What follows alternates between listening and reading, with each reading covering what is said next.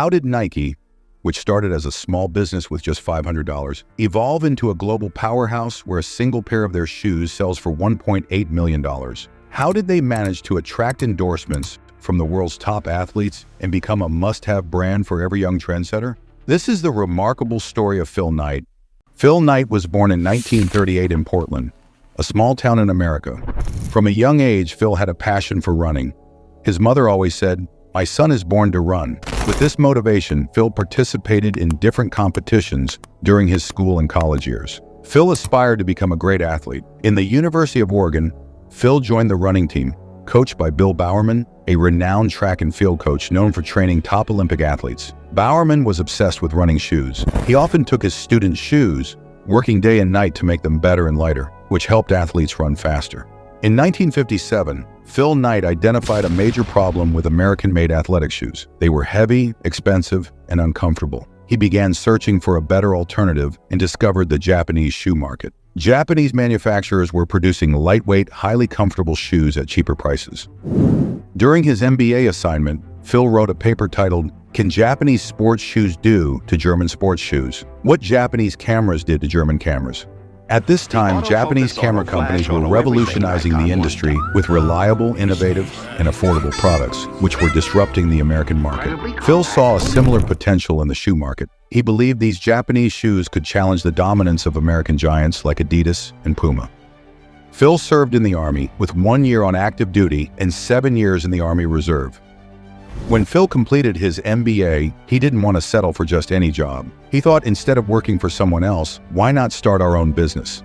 He had a lot of knowledge about running shoes, thanks to his athletic background. Phil traveled to Japan to find something unique. In the city of Japan, Kobe, he discovered Tiger brand shoes made by Onitsuka. Impressed by their quality and low cost, he saw a great business opportunity to import these shoes to the United States. Phil called Onitsuka and set up a meeting. He prepared for this by reading a book, How to Do Business with Japanese, and memorized everything for the meeting. Despite having zero business experience, Phil introduced himself as an American shoe distributor. Onitsuka, already looking for a distributor in America, was convinced by Phil's vision and business plans and decided to give him a chance.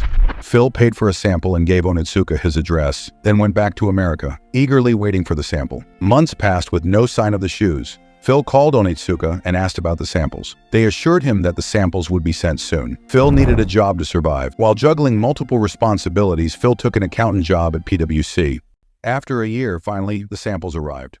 Phil examined the shoes and then sent them to his former coach, Bill Bowerman. Bowerman was surprised by their quality and style, unlike anything he had seen in the US. Bowerman not only ordered the Tiger shoes, but also offered to become a business partner. On January 25, 1964, the two men agreed to be partners by handshake, marking the birth of Blue Ribbon Sports. Bowerman, as the technical expert, provided technical expertise and designs, while Phil handled other aspects of the business.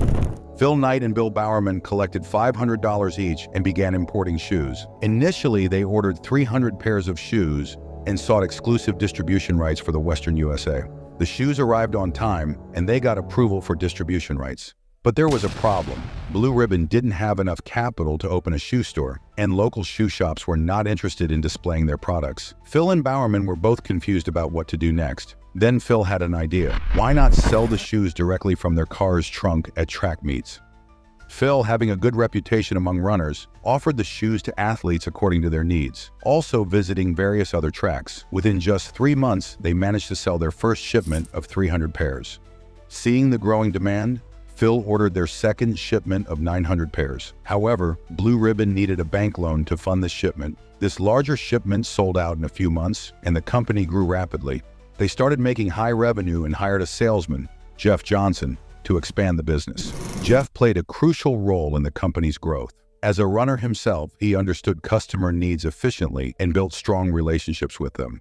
As the business grew rapidly, Blue Ribbon opened their first retail store in Santa Monica to reach more customers. They designed the store as a place where athletes could hang out, browse shelves filled with books, and meet with each other.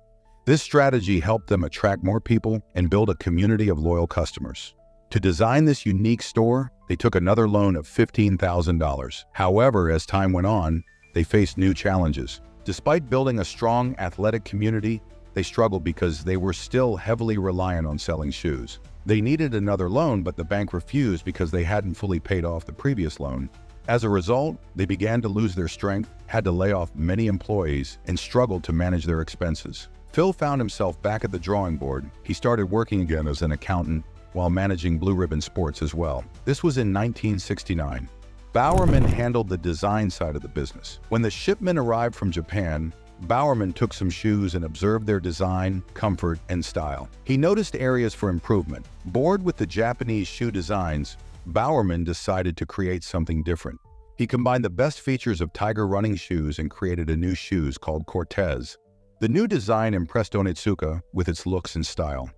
After a few months, the Cortez was launched and became a super successful product in the industry. Tiger shoes became one of the top shoe brands in America, with sales reaching $1.3 million in 1971. As the business expanded exponentially, Phil quit his job and joined Blue Ribbon Sports full-time. Onitsuka sent a letter to Phil, wanting to dominate his company in America. Onitsuka was greedy and aimed to keep all the revenue for himself. Blue Ribbon broke their contract with Onitsuka and split from them. Phil gathered his entire team and said, "The time to sell someone else's product is over. Now we need to start our own brand and product." He organized all the steps and began implementing them. The first need was a brand name. Phil considered names like Dimension 6 and Falcon, but then the company's first employee, Jeff Johnson, suggested Nike, which he had seen in a dream. The name was inspired by the Greek goddess of victory. Next, they needed a logo. Phil wanted something that represented speed and motion and could fit on the side of the shoes. He hired a designer student, and she presented many designs. After reviewing them, Phil chose a simple, bold, and memorable one, the swoosh logo. At that time, Phil said, "I don't love it, but it will grow on me." The third step was finding a manufacturer. Bowerman sent the shoe designs to the manufacturer, and on May 30th, 1971, Nike was officially launched. Initially, Nike had a small customer base, but Phil introduced a new marketing strategy in the 1970s.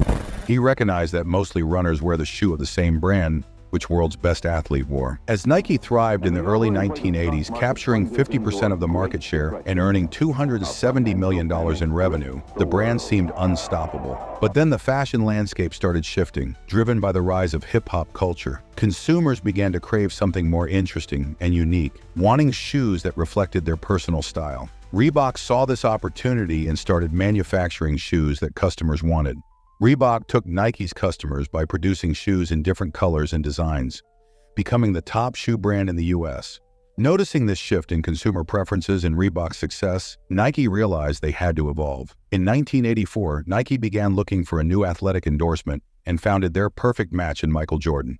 Michael Jordan was the top basketball player, and every major company wanted him for their brand endorsement. But Nike succeeded in securing the deal because they bet their entire marketing budget to sign him. Michael played exceptionally well in basketball competitions and promoted Nike shoes. In 1985, Nike introduced the Air Jordan, named specially for Michael Jordan. Before Air Jordan, Nike was just targeting athletes only.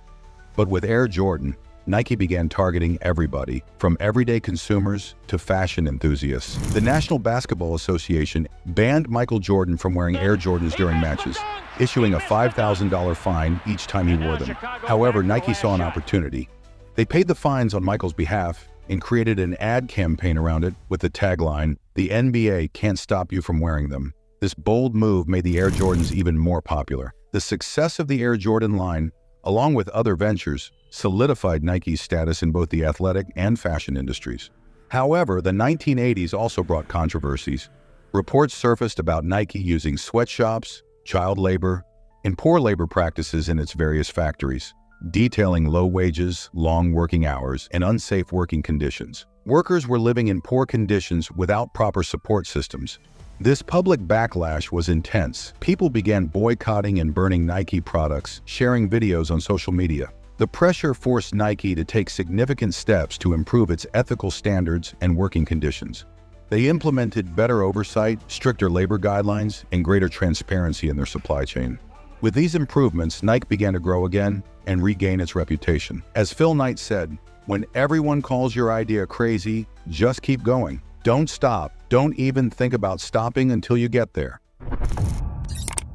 If you enjoyed this video, make sure to give it a thumbs up, share it with your friends, and subscribe to our channel for more inspiring stories. Thanks for watching, and see you in the next video.